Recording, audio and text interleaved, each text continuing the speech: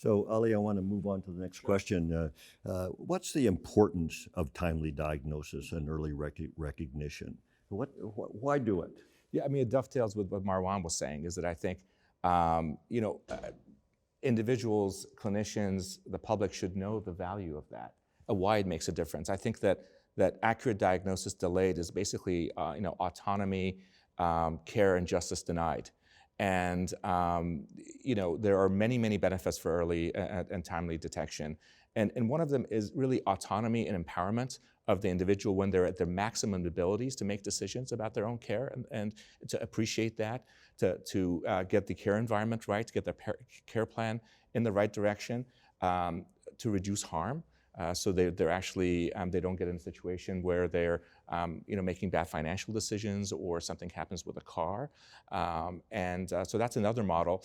And really to participate in advanced care planning, and for individuals to be the sort of the mistresses and masters of their own fate. I think that's really, really important.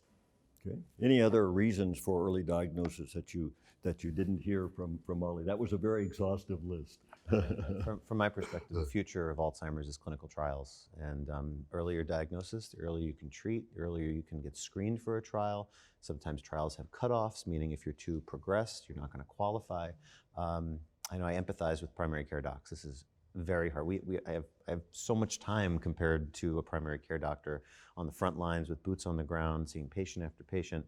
When in doubt, refer, and also think about clinical trials. Yeah, that's a great point. Yeah, for them to appreciate, again, the benefit of this multifactorial approach to care, which is not just medicines, but it's really a whole environment. And part of it is, again, as Richard is a big proponent of changes in lifestyle that can actually interact and maybe add to the benefit. But for people to understand that actually making the diagnosis and and putting the care plans in place is really meaningful on multiple levels. Great. And Marwan, we'd like to talk a little bit about the assessment scales.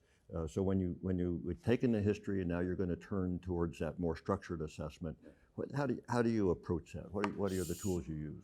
I actually, Jeff, like to use scales and assessment tools. I use a structured interview as part of my initial HPI, History of Present Illness. I use an instrument called the AQ, but there are other, which is Alzheimer questionnaire, but there's also the 88 and the IQ code.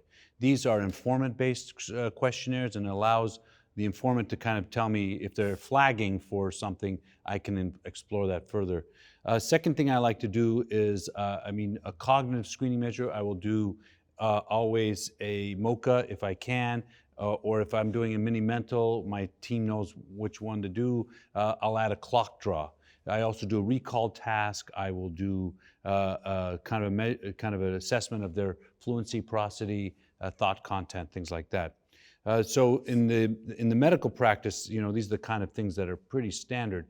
In clinical trials, of course, we use a whole different set of instruments, particularly the Clinical Dementia Rating Scale and the ADAS, Alzheimer's Disease Assessment Scale. The issue, of course, is that we don't translate well clinical trial instruments into clinical practice, because nobody in clinical practice does an ADAS or a CDR, but then we have to translate that effect into a clinically meaningful change in medical practice. So the research scales and the clinical scales are actually quite far apart, and they're not necessarily easy to translate. Very, very good point. Any favorite scales that Richard or Elaine that you use? One of the ones that I didn't hear you mention was the mini-cog, which people often find useful because it is so brief, Right. and yet it gives some information about the cognitive function of the individual. I think the 88 is helpful because it can be done in the waiting room. It takes no time at all. It's an 8-question scale that the patient can fill out.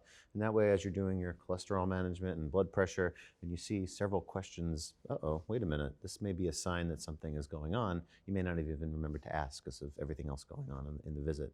So I think the 88's been helpful for us. Yeah, that's a good point, that it's done by the caregiver in the waiting room, and that it can alert the clinician to the presence of problems.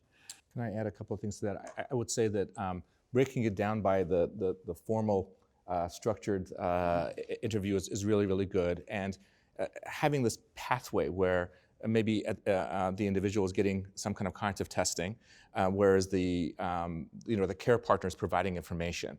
And again, I think about it in multiple domains. What are the cognitive symptoms that the individual can tell me, whether it's a cognitive function index or something else, something to evaluate daily function, like a function assessment questionnaire or something to that effect.